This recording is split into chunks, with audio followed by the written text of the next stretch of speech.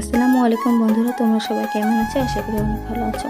তো আজকে ব্যস্ত দুপুরে রান্নাবান্না এবং কী রান্না করলাম সেটা শেয়ার করব এবং রান্নাবান্না শেষে কী কাজ করলাম সেগুলো তোমাদের সাথে শেয়ার করব। তো চলো শুরু করা যাক। তো তো আমি আজকে উচ্ছে ভাজি করবো, যার কারণে আমি উচ্ছে, আলু, তারপর কাঁচা ঝাল, পেঁয়াজ, হলুদ, লবণ সব কিছু একসাথে নিয়ে সুন্দরভাবে মাখিয়ে ম্যারিনেট করে আমি এটা একদিকে রেখে দেবো। এভাবে করলে দিতে হয় না, তো আপনারা একদিন করে দেখবেন। তারপর একটা পাত্রে কিছুটা মাছ নিয়ে আমি সেটার ভিতরে লবণ হলুদ মাখিয়ে আমি সুন্দরভাবে রেখে দেবো। তারপর চুলার উপর কড়া বসিয়ে আমি মাছগুলো ভেজে নেব। যেহেতু আজকে টমেটো দিয়ে মাছ রান্না করব, টমেটোর জন্য আমার আলু কাটা হয়নি, তো আমি মাছটা ভাজিটা হতে থাকুক এই ফাঁকে আমি আলুগুলো কেটে নিচ্ছি। তো আমার আলু কাটা হয়ে গেছে, আমার মাছের এক পিঠও ভাজা হয়ে গেছে, তারপরে ভেজে আমি মাছটা উঠিয়ে নেব। তো এবার আমি আগে থেকে মাখিয়ে রাখা সেই উচ্ছেটা দিয়ে দেবো, দিয়ে সুন্দরভাবে ভেজে নেব। তো উচ্ছে এদিকে হতে থাকুক, তো আমি এদিকে শিলে আমার একটা বাটনা করে নেব। যেহেতু আমি টমেটো রান্না করবো, তো আমি সর্ষে, পেঁয়াজ, ঝাল আমি এগুলো বাটবো। তো এই যে দেখুন আমি কি সুন্দর করে বাটছি। তো কে শিলে বাটনা মানে বেটে রান্না করেন সেটা অবশ্যই আমাকে জানাবেন। আমার মনে হয় শিলে বেটে রান্না করলে বেশি সুন্দর মজা হয় আর কি, ব্লেন্ডারের থেকে। ব্লেন্ডার যে করবো, কালকে কারেন্টও ছিল না, যার কারণে আমি ব্লেন্ডার করিনি, কিন্তু বেশিরভাগ মানে এখানেই বাটা হয় আর কি, যেহেতু সর্ষেটা, পেঁয়াজ আর ঝালটা ভাজতে হয়। দেখতে দেখতে আমার উচ্ছেটা ভাজি হয়ে কড়াইতে বেটে রাখা মানে বাটনাগুলো, তারপরে হলুদ লবণ দিয়ে সুন্দরভাবে একটু নাড়িয়ে চেড়িয়ে মানে কষিয়ে নিয়ে তারপরে ভিতরে জিরে, তারপর শুকনো ঝালের গুঁড়ো দিয়ে সুন্দরভাবে নেড়ে চেড়ে একটু পানি দিয়ে কষিয়ে নেব।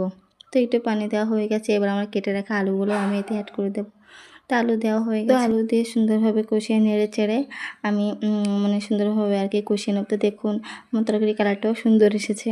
তো আমি এটা একটু ঢেকে দেবো যাতে আলুটা সিদ্ধ হয়ে যায়, কারণ টমেটোতে যখন আলু পড়বে তখন আলুগুলো সিদ্ধ হবে না। তো উঠে দেখো আলুগুলো আমার প্রায় সিদ্ধ হয়ে গেছে। তো এবার আমি টমেটো মানে এদিকে আমার ভাতটা হয়ে গেছে, তো আমি সেজন্য ভাতটা নামিয়ে নিলাম।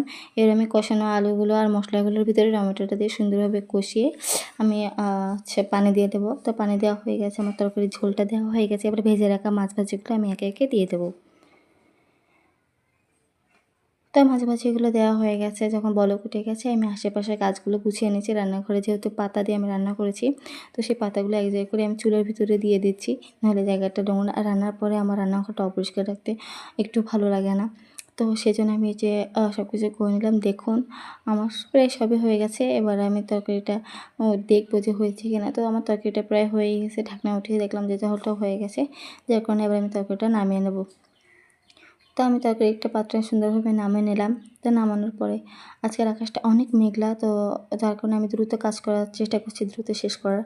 তো রান্না করার পরে যে বাসনগুলো হয়েছে সেগুলোই আমি এখন মেজে নিচ্ছি। বাসনগুলো যেহেতু আমি বাইরে রান্না করি, তো আমি বাইরে একেবারে মেজে নেওয়ার চেষ্টা করি।